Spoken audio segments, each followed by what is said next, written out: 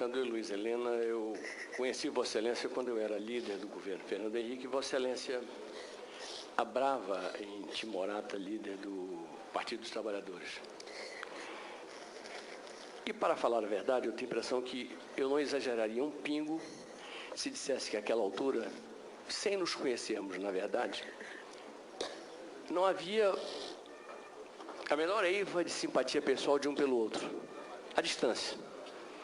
Eu simplesmente não gostava de tudo que eu lia de Vossa Excelência e também do que não lia, e sabia que Vossa Excelência não precisava me ler ou não me ler, me ouvir ou não me ouvir, para, do mesmo modo, não simpatizar com as minhas posições. Não com as minhas posições, eu acho até que era algo além. Talvez com a minha pessoa, porque de minha parte era com a sua pessoa. Eu cheguei ao Senado e percebi o primeiro gigantesco erro de uma série de outros erros cometidos pelo governo atual, que foi não ter sabido compor com Vossa Excelência, com a coerência de Vossa Excelência, dando a Vossa Excelência o espaço para uma dissidência que poderia ser momentânea. Vossa Excelência, que eu via do início que seria a grande líder do governo, a grande líder quando nada, não sei se você teria vocação para a liderança do governo que eu exerci por tanto tempo, mas a grande líder do PT, do Partido dos Trabalhadores, inigualável, pela capacidade de nos dar combate, pela capacidade de defender com legitimidade os pontos de vista do governo que Vossa Excelência havia ajudado a vencer as eleições tão brilhantemente em 2002. E aqui começamos a travar um conhecimento que, em muitos momentos, nos levou para, o senador Jefferson Pérez passou de raspão, mas mencionou isso, para momentos de aliança tática. Estamos contra fatos de corrupção, estamos contra fatos administrativos equivocados, sem prejuízo dos momentos em que dissentimos, e tantas vezes, e sempre com bom humor, em que dissentimos, até porque Vossa Excelência tem as posições que tem, se declara trotskista, se declara socialista pela via trotskista. Vossa Excelência, para mim, é uma espécie de Arlette Le Gallais do Brasil, aquela líder francesa que é detentora de um percentual de voto significativo naquele país, representando precisamente o trotskismo.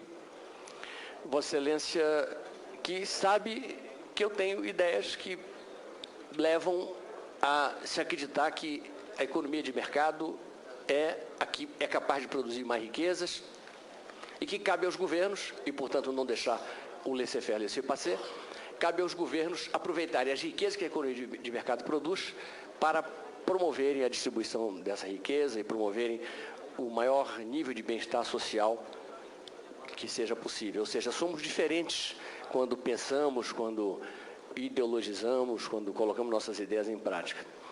Mas aqui aconteceram fatos.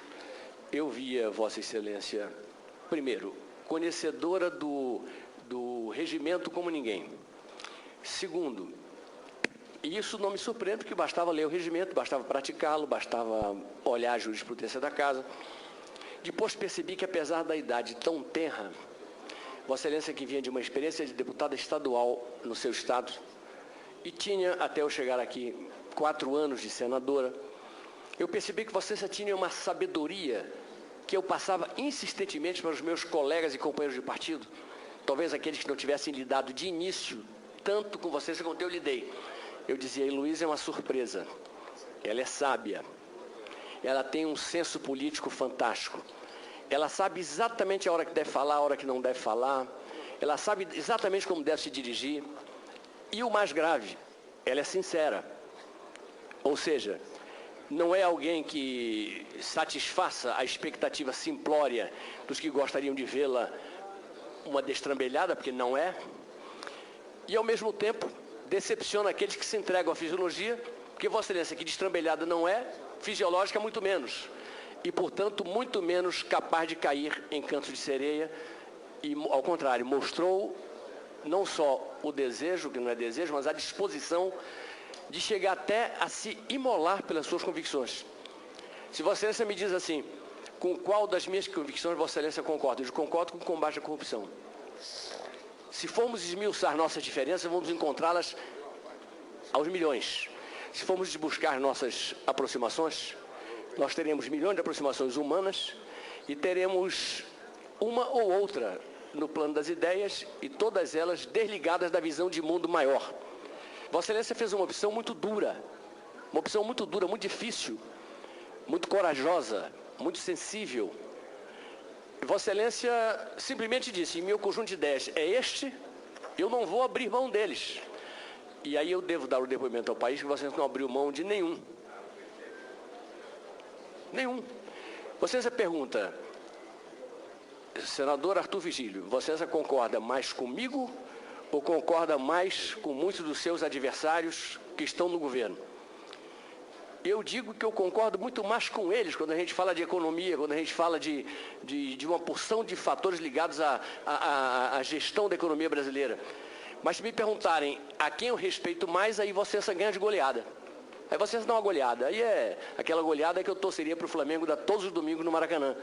12-2, 13-0, 15-1. É uma goleada. Vossa Excelência, por outro lado, não praticou nenhum ato de suicídio, não. Vossa Excelência obteve uma votação expressiva, falou para o Brasil não só a conhece, como a reconhece. Vossa Excelência fez uma campanha de penúria, uma campanha brava, e Vossa Excelência, diz o senador Jefferson Pérez, vai, e eu digo, eu não sei se não volta, que a política é fascinante precisamente porque ela dá tantas voltas, permite tantos contornos nas vidas da gente. Mas Vossa Excelência diz, estou disposto a fazer de novo o partido, estou disposto a enfrentar o que tiver que enfrentar. Em outras palavras, é ilusão de algum adversário seu imaginar que Vossa Excelência perdeu a vida política. É ilusão achar que Vossa Excelência está fora da política, não estará. Eu mesmo, no primeiro momento, convocarei Vossa Excelência para vir depor em alguma comissão aqui, para que Vossa Excelência volte a conviver conosco, emprestando a sua experiência, a sua sabedoria e a sua coragem e o seu patriotismo. E, finalmente, é ilusão se imaginar que Vossa Excelência simplesmente esgotou um ciclo com idade tão tenra e, ao mesmo tempo, com a felicidade que teve, encare por aí, a felicidade que teve de disputar uma eleição para presidente da República, eleição levada a sério, eleição séria. Você só não fez papel de candidato de brincadeira, não fez papel de candidatura que para inglês ver. Você disputou a presidência da República. Você sem dinheiro, sem meios, sem estrutura, sem logística, disputou a presidência da República. Foi ao país, viajou o país inteiro, sem dispor de meios, sem dispor de logística qualquer, mas foi ao país inteiro e hoje, se parar em qualquer esquina deste país, é reconhecida, é aplaudida, é respeitada. E esse é um patrimônio. Nem todo mundo é obrigado a votar em Vossa Excelência, e a maioria não vota.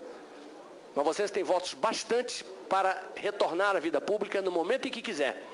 Vida pública, que eu digo, vida pública com mandato, porque sem mandato você jamais sairá dela.